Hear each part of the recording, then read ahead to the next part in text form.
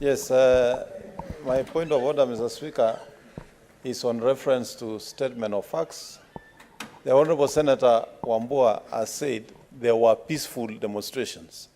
What we witnessed, Mr. Speaker, were not peaceful demonstrations. We witnessed looting, stoning, punching people's cars, destroying motorbikes. That is not peaceful demonstration, Mr. Speaker, by any means. Senator Mandago, that is not a point of order.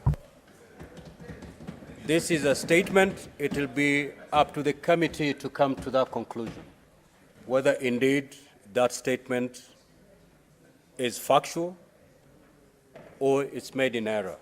So let the committee investigate and return a verdict.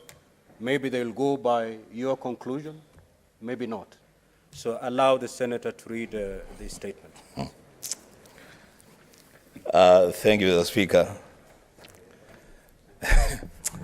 It's okay, let me complete. So number 5, spell out our measures, if any, the Ministry of Interior and Administration of National Government has put in place to ensure that the Azimio One Kenya Alliance leaders and members of Parliament whose security detail have been withdrawn are accorded adequate security.